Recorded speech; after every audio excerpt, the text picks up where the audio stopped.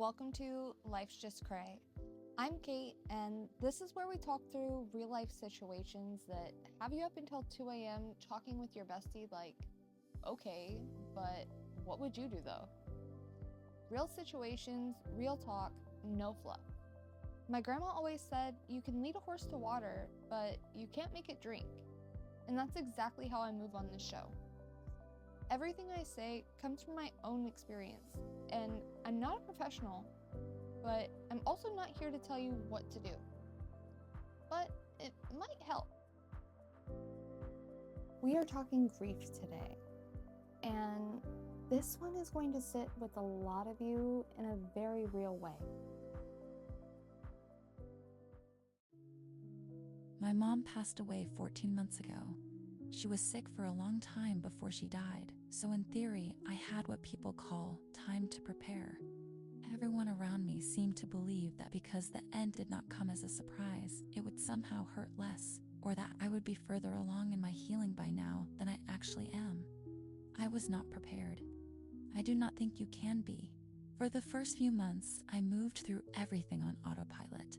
I handled the arrangements. I showed up for the people around me who were also grieving. I went back to work within 2 weeks because staying still felt unbearable. Everyone told me I was so strong, and I accepted that because I did not know what else to be. And then, about 4 months later, it hit me. Not gradually, all at once. Like something that had been held back by sheer willpower finally broke through, and I had absolutely no defense against it. I stopped being able to do the things I used to do without thinking.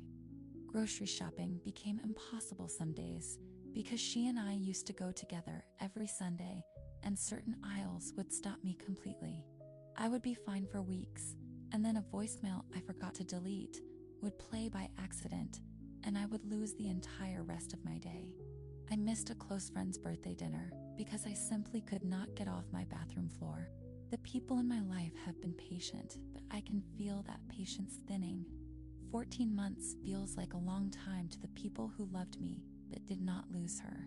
I have started pretending to be further along than I am because it is easier than explaining that grief does not follow a schedule, and that some days I am completely fine, and some days I am right back at the beginning with no warning at all. I am not looking for permission to still be sad. I know I am allowed to grieve. What I do not know is how to carry this in a way that does not make the people around me uncomfortable, while also not completely disappearing inside of it. How do you grieve out loud in a world that only has patience for quiet grief? I want you to hear something that I mean with every part of me. There is no timeline for this. There never was, and there never will be. And anyone in your life who is measuring your grief against a calendar has simply never lost someone who's lived at the center of them. The way that your mom lived at the center of you. Different losses hit differently. I've been living with loss since I was 10 years old. And that's over 10 years without revealing my age. I've said goodbye to more people than I ever expected to say goodbye to this early in my life. And what I can tell you from all of it is not every loss lands in the same way. Some you carry quietly and find your footing again faster than you expected, and some crack something open in you that takes a completely different kind of time to find its way back to whole. Losing a parent you were truly close to,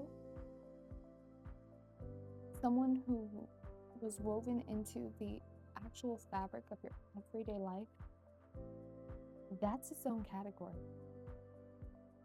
That's not a loss you can get over. That's just a loss that you learn to carry differently over time.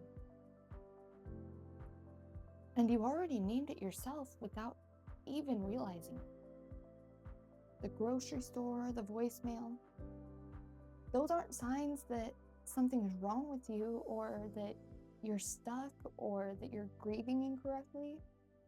Those are places where she still lives in your life. The aisles you walked together, the sound of her voice preserved in the moment she didn't know that would outlast her.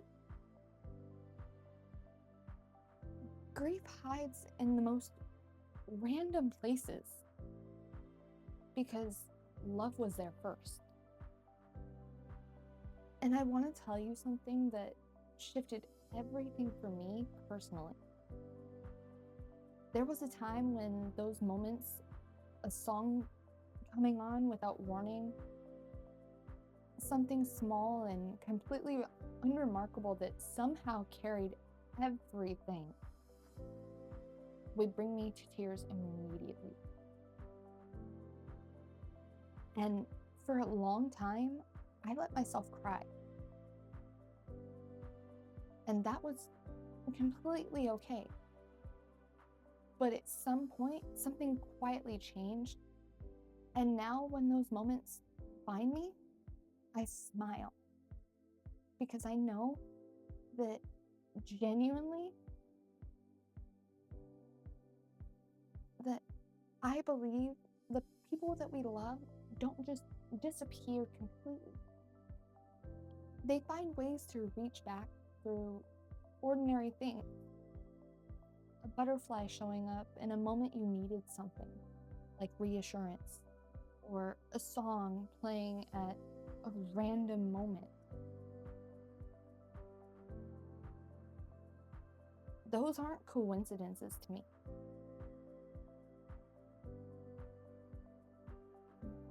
Those are the ones that we lost, reminding us that they're still here with us. In the only way that they have available now. And you don't have to perform recovery for the comfort of the people who aren't inside your grief. You're allowed to be exactly where you are. And the goal isn't to stop feeling it. The goal is to slowly reach a place where the feeling shifts from something that breaks you to something that quietly reminds you that what you had was real and lasting, and that she's still with you, just differently. Alrighty, loves. That's all I got for you today, and you already know where to find me. Slide into the DMs with your situation, and you might just hear it on the next episode. And if this one hit home for you, share it with someone who needs it, because that is what we do. And remember, just because I've said this advice doesn't mean you have to take it. You're the maker of your own decisions, but you must also be willing to deal with the consequences of your actions, if there are any. Until next time, take care of yourself.